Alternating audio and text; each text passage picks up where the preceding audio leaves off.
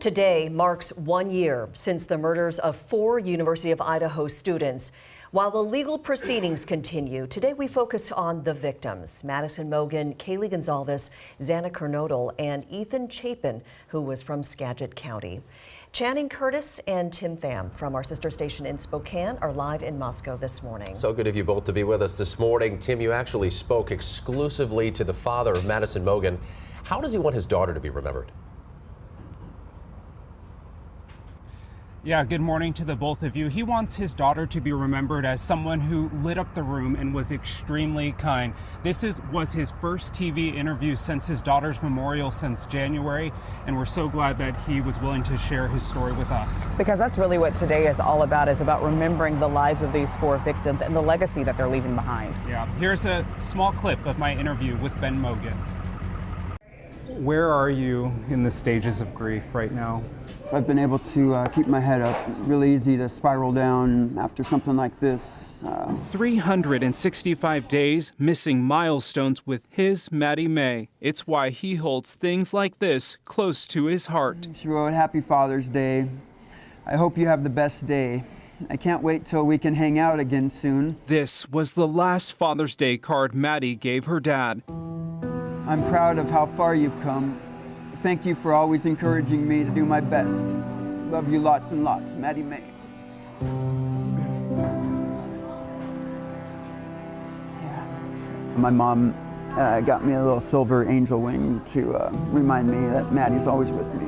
When I feel that she's looking down on me or that she's there with me, I say it out loud. I say, "I love you, Maddie," or I say, "Hi, Maddie," or something like that, so that maybe she can know that I'm thinking about her and how often I think about her, because there's not a, she's always on my heart. Her presence lighting Ben's path, even 1 year later. Yeah, so I tell her hi multiple times a day, and maybe she knows. And again, we want to thank Ben Mogen for trusting us to share his story and his daughter's story. You can watch that full interview on our YouTube page. And tonight, the University of Idaho is asking everyone to turn on their porch lights from 6 to 7 p.m. in honor of the 4 students. Yeah. Jake, Mimi, back to you.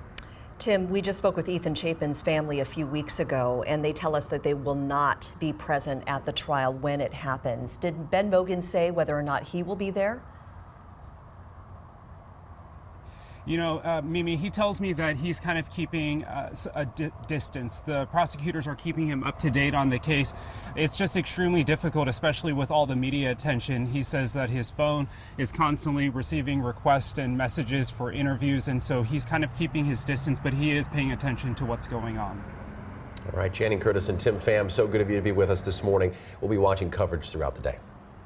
As we mentioned a few weeks ago, we did hear from the family of Ethan Chapin. He was born a triplet and raised in Skagit County. 2 weeks ago, he would have celebrated his 21st birthday. Our Joyce Taylor sat down with Ethan's parents, Jim and Stacy Chapin, to talk about how their family is doing and what comes next. We were at Parents' Weekend the week before. I mean, literally the week before, and just had the best time with the kids. And you would never think that something like this could ever happen. It was the best weekend, and we were in the King Street house that weekend. I mean, we were like, what a great, these kids are living their best life.